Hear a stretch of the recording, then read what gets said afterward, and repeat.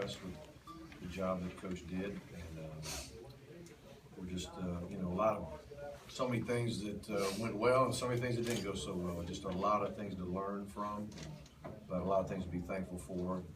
I feel like there was enough good things, offense, defense, special teams, where we deserved to win, and enough bad things happened where we could have certainly lost it. So just to get out of a game like this with a victory and still be able to learn from it is going to be very valuable to us, and that'll be our goal. You talk about the game Jordan Jenkins had with 5.5 tackles for loss. Yeah, Jordan just played with such a great edge, and Jordan decided to come back for his senior season. It was something that he felt very strongly about. He felt like he had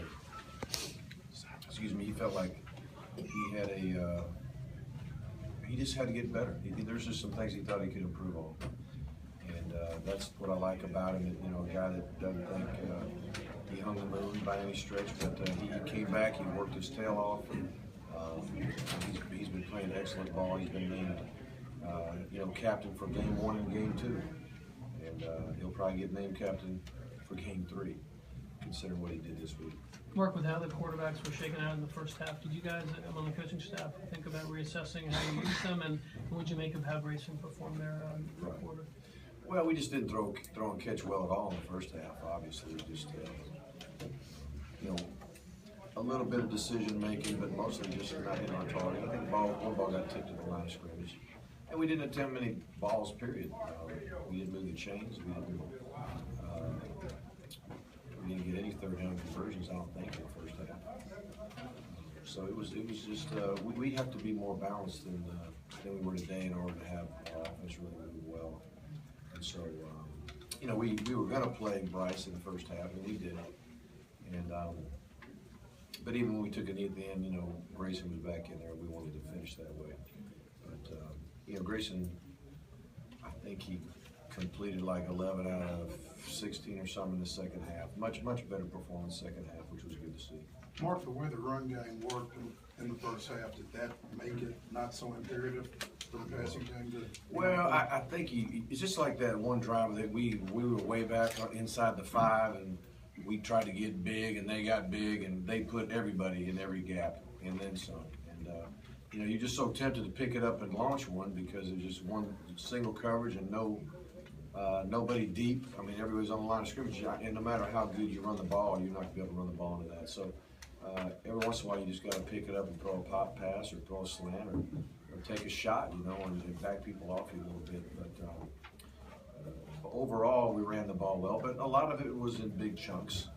And then a lot of it was just grinding for that 1, 2, 3 yard gain, and that's kind of how it goes sometimes. You can't always get.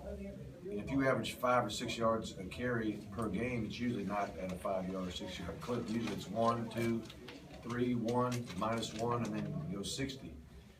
So we did have some big runs, and I'll have to watch and see if the receivers block downfield. My guess was they did a good job blocking downfield for those. On the blue kickoff, it was. I was noted before there was a lot of space in the middle of the field, and they blooped the ball to it. Right. Was that a misalignment, or that was no? They just took advantage of the alignment? They took advantage of the alignment, but there's a lot of guys that have a responsibility on that hands unit, and that is to block the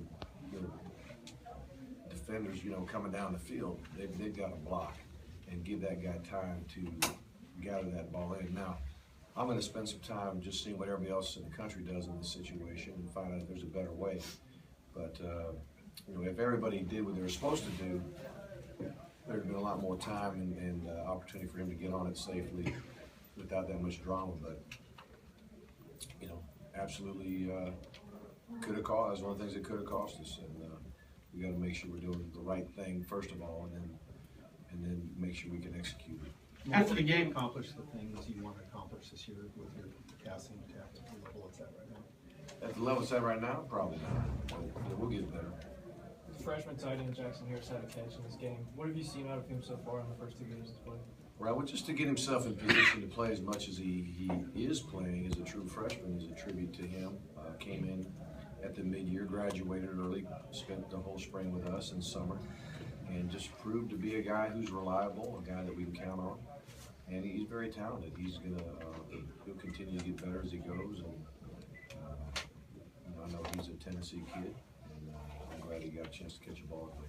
Coach, after the game, Grayson tried to take a little bit of credit for not getting you guys in the right play early on. I mean, did you see that out of him? Did you see him kind of struggle in that area as well? Not really. There may have been one that just got in his craw or something like that. But I don't think that was the issue as much as just we weren't accurate. A couple times we made, or at least one time I know we made a poor decision. On the one that almost got picked or should have got picked. Just a bad decision right there. But I mean, it's going to happen. I mean, every quarterback in America has those issues, and you just got to minimize them and hopefully learn from them without taking one on the chin. Mark, was the targeting call legit, and how did the team react? I didn't see it. I didn't see the replay, so I don't know. I don't know about the target. How did you see the Did you see it? What did you think? I thought it was, it Legit. came up under his chin. Did it? Well, I don't know. And it happened in the first half, right? Yeah. So I think he's free to play. Yeah. Starting next week, which is good. Malcolm Mitchell was saying he thinks the team was sort of beating themselves today. Would you agree? And how do you feel like that shows your team's resilience that they didn't let that happen? Well, we're all perfectionists. We all want to do it just right. We know when we don't, it bothers us, everybody. I talked to the team after the game and just said we've all got to look within ourselves and say, what did I do that I could have done better? And everybody's got to do that. We're in a business of correction. We're in the business of watching the film and critiquing what we do and being gut level honest about what we see and make it better.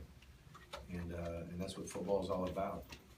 So we'll have a good hard look at the tape. We'll have a good hard look at our strategies and make sure we're doing the right thing.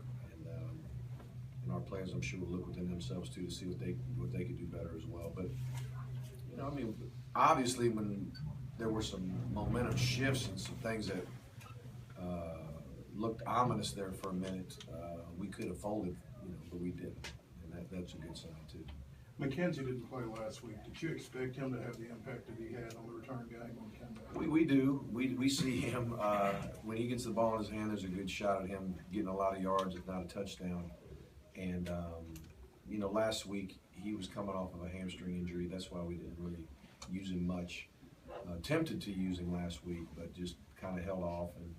And part of it was the amount of reps that he had gotten up until that game. And we had twin safeties, last week in the punting game. There's a lot of communication between the two safeties. He didn't get a lot of that work, so we decided not to use him. But this week we went single safety on the punt, and he was the guy. Davis, number 81. He when we go punt safe, we're down there. He's on the 10-yard line with his heels on the 10. He's the one making decisions on whether to fair catch or let it go. But Isaiah's there when we're going to return it or block the punt. It really seems like y'all, with special teams, is something y'all can really lean on in a big way. I mean, if today's we did some really good things on specials. And Marshall missed a couple, but other. Yeah, and Marshall, that guy, I got a lot of faith in him. He's a very talented kid, and he's kicking the ball well. It's hard to say when you miss kicks, but when you start duck hooking them and you start just really pulling it and all that kind of thing, then you get nervous. But right now, he's striking the ball pretty good. What do you make of this, the madness of playing up here? I mean, you've had some really crazy things happen in games up here. What do you make of that? I don't know.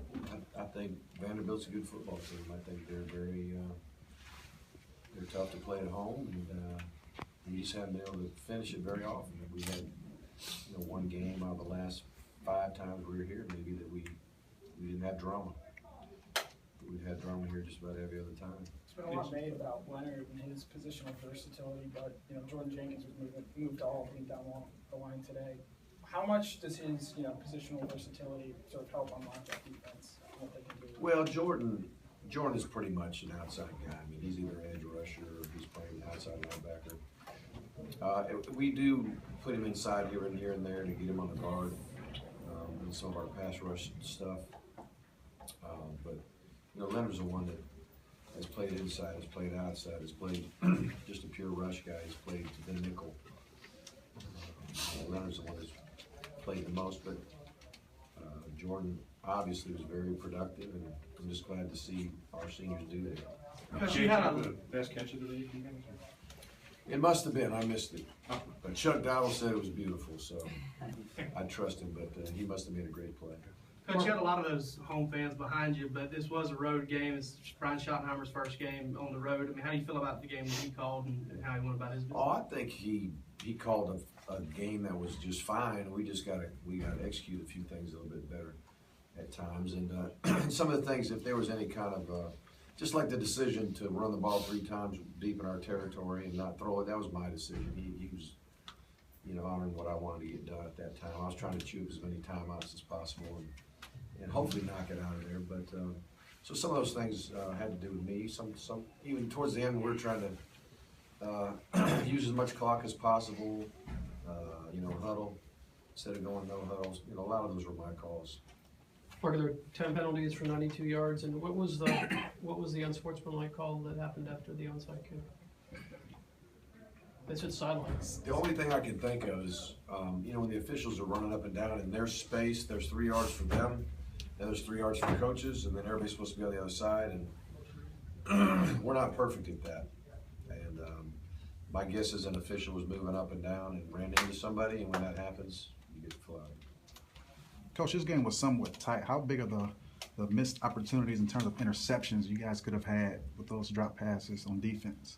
Yeah, we did drop a few picks, didn't we? We certainly, would have been maybe less dramatic, but I'm glad we caught the ones we did, and we'll just have to work on that jugs machine a little bit more. How important is Blazevich helping Jackson Harris kind of progress as a tight end? Well, Blazevich, he's a very sharp guy, and he just, I don't know how to say it other than he's a good teammate. He's the kind of guy that will help another guy even though he's playing his position.